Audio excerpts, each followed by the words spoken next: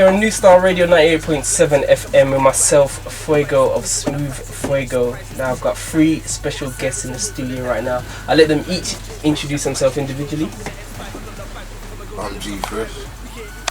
What's up? I'm Scorcher. I'm John Cole, not the footballer. Now they're here because they're here to promote a new film called The Offender. Now this morning I went to the official preview where that film, that's one of the best UK films. As I said in the Q&A, that's one of the best UK films I have seen. Thank you. How did it feel like to be a part of that? It feels different then to it feels now. I mean, like seeing the end product, it feels really good. Obviously, being a part of something that's come out so good. How did each of you get involved with the project itself? Did you each audition or? I did a play at the Bush Theatre in London, and the casting director saw me in that. Okay. And then I was meeting a producer who, for another film, another sort of British film, and he tweeted me and I met for a coffee with him. Okay. And the director of Offender, Ron Sorpello, was there. He's a friend of this producer, and we were sitting down, us three, we were talking about this other project, seeing how we get it off the ground. And he got an email while we were there from Revolver, which is the company that produced the film, saying they wanted to do Offender and they wanted to be the director. And he told me about the concept, and at that time it was called Felton, which is the Young Offenders Institute in London. Okay. And it sounded really interesting, so I said, yeah, I'd love to come in for it. And the casting director knew me from another project. So everything just came together, and I came and read for it, and got a good part. So you did a lot of work to get that to that place. Yeah, I mean it's a full-on role, so I had to make sure I was properly prepped before the audition. And I knew what I was doing, and I came up with my own decisions for the character, because obviously what he does is he goes into young offenders in order to take revenge on these sort of career criminals that have ruined his life, attacked his girlfriend, and changed his whole life.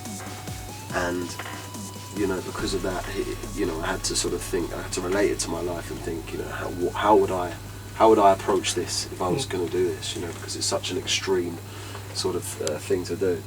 How did it feel to, because there's certain parts in that movie, the mannerisms that you were putting up as acting, you were completely over the edge. Like, how did you get into that zone? Yeah, literally. Like when you first, I don't want to ruin the movie for people who are like watching this on Smooth Fuego TV or listening on New Star Radio. But when you actually went into the prison itself, you asked me, why are you here? Well, the thing is, like, that was quite interesting, because I spoke to, there's a guy called Martin who was working on the job, and he was an advisor for the film.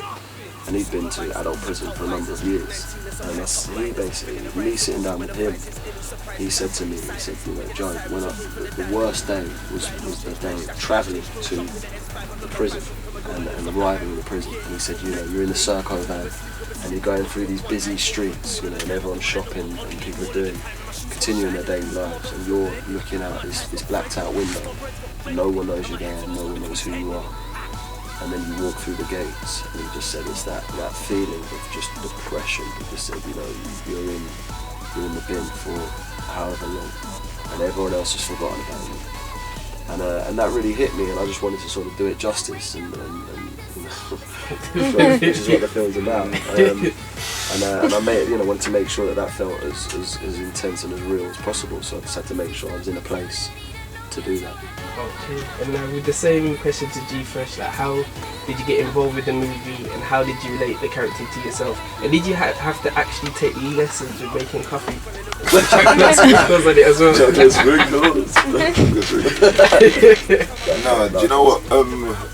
For me, it was just finding another part of myself. I think as I wasn't trained as an actor, I looked, and then the only way for me, not for everybody else, is to look at something and be able to do it, is to go, do you know what, I can do that, and it's easy because of this. So I looked and I thought, when these actors act, they don't stray too far from what they're good at. Do you know what I'm saying? And most of the time what you're good at is a facet of your personality. So for me, it was just finding an angrier side of when I'm angry. Do you know what I'm saying? So it wasn't too hard for me to get into that space sometimes, especially when it's freezing cold and you are in this gel environment. Do you know what I'm saying? So that's how I got into the zone. And obviously, being around certain things and certain people, it just is what it is. Like, that is our reality sometimes. Okay, same question to Scorcher. I think I got the part off the back of Top Boy. I got the thing was for Top Boy. That I think they asked me to come and cast for a film bar, and it kind of went well, and I ended up with the role of Essay, and that's why, like, getting into character, when you've got everybody on set and the location is real, like, you believe the location, like, you don't feel like you're in a hotel, 5-star hotel, you feel like you're in jail, blitz and all that. And when everybody else is in character, you can't help but believe it all. And I think, like, one of the main things about acting is believing it. When the actor believes it, it comes through in the performance, and the audience buy it. And once you buy it, then you just become, it's just a thing of, do you like the story? And yeah, so it's easy working with good actors. So you can see that in the film itself, it's so realistic. But did you find yourself, as you said, you related to actually being in a prison environment, did you forget that you were making a movie at some point? Yeah, when it's freezing, like, I'll tell you what, when it's freezing cold and some guys MCing in outside, you're really there for real. Like, there's no playing being cold. When your fingers are numb, there isn't any acting there. Like, you're really cold for real. Do you know what I mean? Plus, because we all had, like, prison outfits on, the dinner lady couldn't tell who was who out of us. So she used to treat me badly sometimes. So I would actually take the anger of her disrespecting my breakfast and put it in my character, in all honesty. Like, I just found it from the maddest races. Now you're on a promotional tour, right? You started off here in Birmingham, right? Yeah. So what was the decision to start in Birmingham? Because, I mean, as we always feel like, do you know